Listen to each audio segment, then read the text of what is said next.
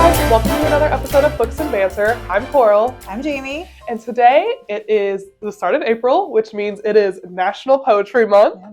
So we decided we would check out some novels in verse to recommend to you guys. These are like traditional novels. They look like regular books on the shelf, but typically the way they're written is more poetry style. Yeah. Which makes it great for people who maybe aren't ready to commit to a full-length novel. They want to read something quick and yeah, they're great.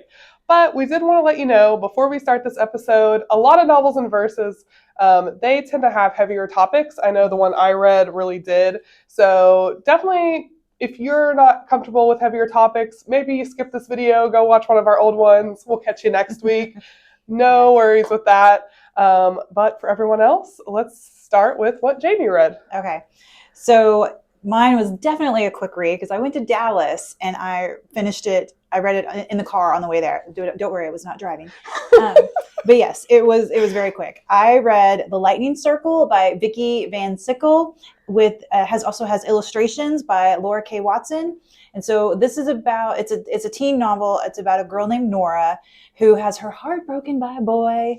And so in order to kind of try to get her mind off him, get some distance from him, she takes a job at a summer camp as a camp counselor. She's never done it before, but she just, dives right in and does it. So the book is about her experiences, bonding with the other counselors, bonding with the campers, and the campers, kind of take some time to warm up to her.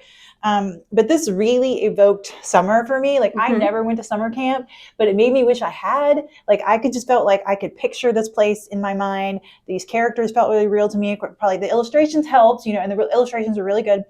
It made me feel, nostalgic. And of course, I am a sucker for a coming of age story. So this was just, right up my alley. But yeah, I definitely, like I said, a quick read. It does have, like you mentioned, the content warnings. It kind of touches on a heavy topic, but overall, I really enjoyed this. So it is available in print and ebook and e-audio on Libby.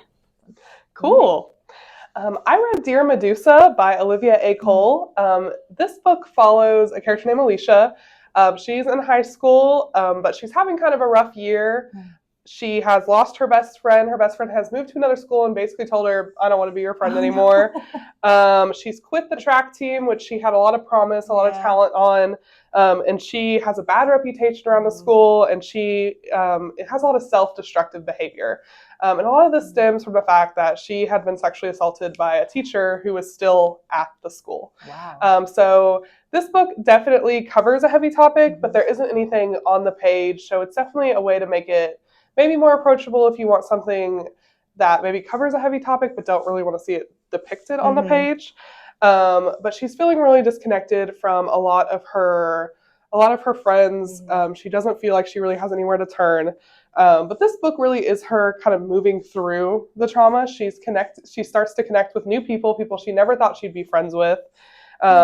She is, learning a lot more. And the reason this book is called Dear Medusa is because she reads the myth of Medusa, and she kind of looks at it through her own lens, through her own life, and kind of feels a connection with this character. So she's towards the middle, second half of the book, her poems that she's writing in this book are starting to be directed towards her.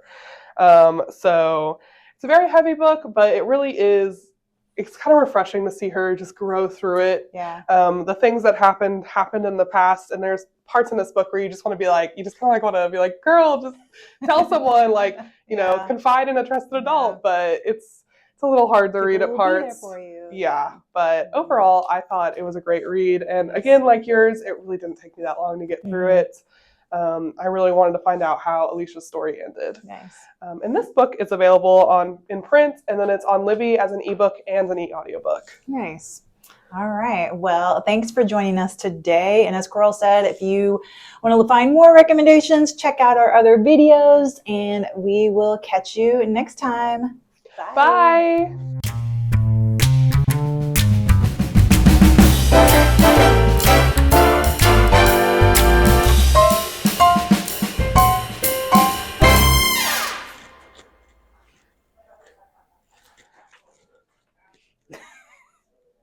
I was trying to do an April Fool's video, but it didn't quite work. Hilarious. So funny. So